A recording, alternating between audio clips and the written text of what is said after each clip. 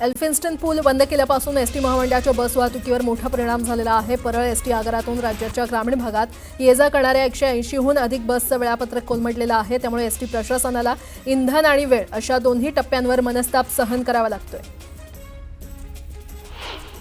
बेस्टच्या सेवेतून निवृत्त झालेल्या 4500हून अधिक कर्मचाऱ्यांची ग्रॅच्युटी, वेतन पुनर्रचनेची थकबाकी तसंच इतर अंतिम देयकं रखडलेली आहेत। 1972च्या ग्रॅच्युटी कायद्यानुसार निवृत्त कर्मचाऱ्यांना ग्रॅच्युटी महिन्याभराच्या आत देणं बंधनकारक आहे। तसे उच्च न्यायालयाचे स्पष्ट आदेश असतानाही बेस्टचे निवृत्त कर्मचारी हक्काच्या पैशांच्या प्रतीक्षेत आहेत। एसटी कर्मचारी प्रलंबित मागण्यांसाठी आक्रमक झाले आहेत। महाराष्ट्र एसटी कामगार संयुक्त कृती समितीतर्फे मुंबई सेंट्रल महामंडळाच्या मध्यवर्ती कार्यालयासमोर 13 ऑक्टोबरपासून आंदोलन छेडण्यात येणार आहे। 3.5 मुहूर्तांपैकी एक असलेल्या दसऱ्याच्या मुहूर्तावर मुंबईतील ग्राहकांनी इलेक्ट्रॉनिक वस्तूंची जोरदार खरेदी केल्याचं पाहायला मिळालं। यंदा केंद्र सरकारनं इलेक्ट्रॉनिक वस्तूंवरील जीएसटी 28 वरून 18% कपात केली आहे। त्यामुळे दर कमी झाल्यानं ग्राहकांनी TV, AC, oven, fridge, washing machine आदींची मोठ्या प्रमाणात खरेदी केली आहे। सोन्याचे दर गगनाला भिडले असताना दसऱ्याला गुंजभर का होईना सोनं खरेदी करण्याची परंपरा सुरू ठेवत विजयादशमीच्या मुहूर्तावर मुंबई सराफा बाजारात विक्रमी सोनं विक्री नोंदवली गेलेली आहे। दिवसभरात मुंबईत किमान 100 टन सोनं खरेदी झाले आहे। गेल्या वर्षीच्या तुलनेत 20 टन जास्त सोन्याची विक्री झाली आहे।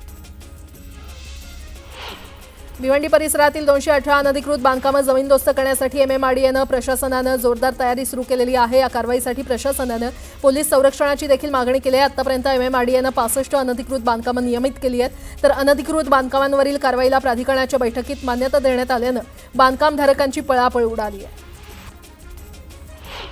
दादर फुलांच्या बाजारामध्ये दसऱ्यानिमित्त 2 दिवसात सुमारे 70 ते 80 हजार किलो फुलांची विक्री झालेली आहे। दसऱ्याच्या आदल्या दिवशी अपेक्षेप्रमाणे बाजारात उत्साह होता। 2 दिवसात जवळपास 25 ते 30 कोटींची उलाढाल झाली असावी असा अंदाज व्यापाऱ्यांनी व्यक्त केला आहे।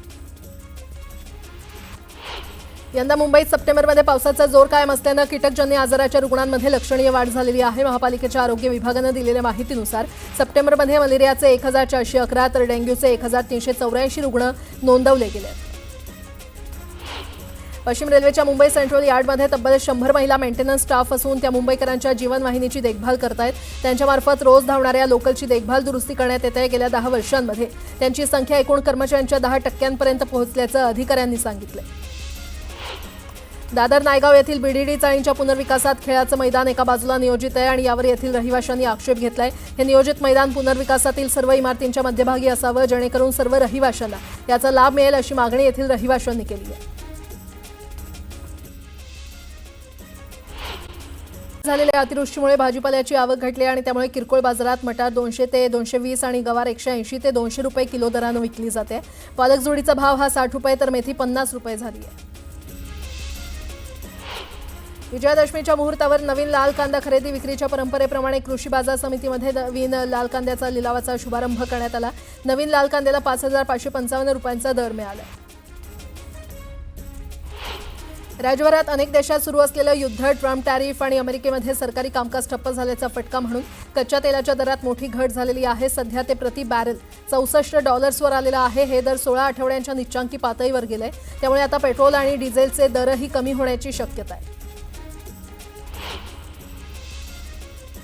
आंतरराष्ट्रीय स्थितीमुळे सोन्याचे भाव तेजीत असतानाही दसऱ्याच्या मुहूर्तावर सोनं खरेदीकडे ग्राहकांचा कल दिसून आलाय। सकाळी खरेदीमध्ये फारसा उत्साह नव्हता, मात्र दुपारनंतर सराफा बाजारात खरेदीची रेलचेल दिसून आली।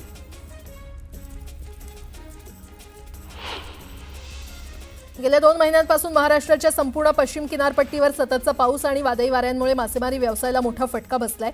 जुलैपर्यंत शासन नियमानुसार मासेमारी बंद असते आणि ऑगस्टपासून मासेमारीला सुरुवात होते। मात्र यावर्षी हवामान सतत अस्थिर राहिल्यानं मासेमारीला पूर्ण वेळ खीळ बसलेली आहे।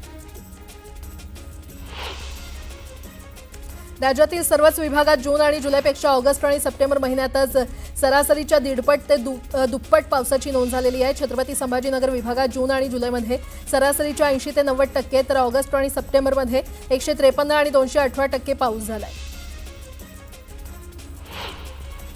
वर्षभराची पाण्याची गरज भागवण्यासाठी आवश्यक असलेला पाणीसाठा यंदा मुबलक प्रमाणात जमा झालाय। मुंबईला पाणी पुरवणाऱ्या 7 तलावांमध्ये 98.70% पाणीसाठा उपलब्ध आहे।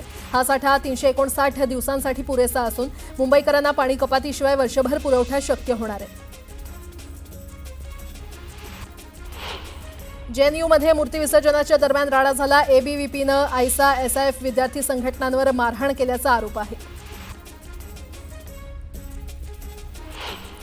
एबीव्हीपीनं रावणाच्या पुतळ्यावर शजील इमाम आणि उमर खालिद यांच्यासह डाव्या संघटनांच्या नेत्यांचे फोटो लावलेत, असा दावा जेएनयूमधील मारपिटी संदर्भात डाव्या संघटनांनी केलाय. मध्य प्रदेशमध्ये मूर्ती विसर्जनादरम्यान दुर्घटना घडली. 10 लोकांचा नदीमध्ये बुडून मृत्यू झाला.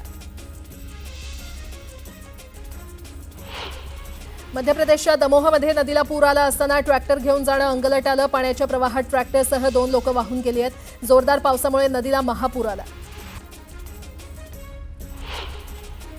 गुजरातच्या मोरबीमध्ये एका व्यक्तीला भरधाव टँकरनं धडक दिली. या अपघातात संबंधित व्यक्तीचा जागीच मृत्यू झाला. छत्तीसगडच्या बालोदमध्ये भरधाव दुचाकी चालकानं ट्रकला जोरदार टक्कर दिली. या अपघातात दुचाकी चालकाचा मृत्यू झालाय.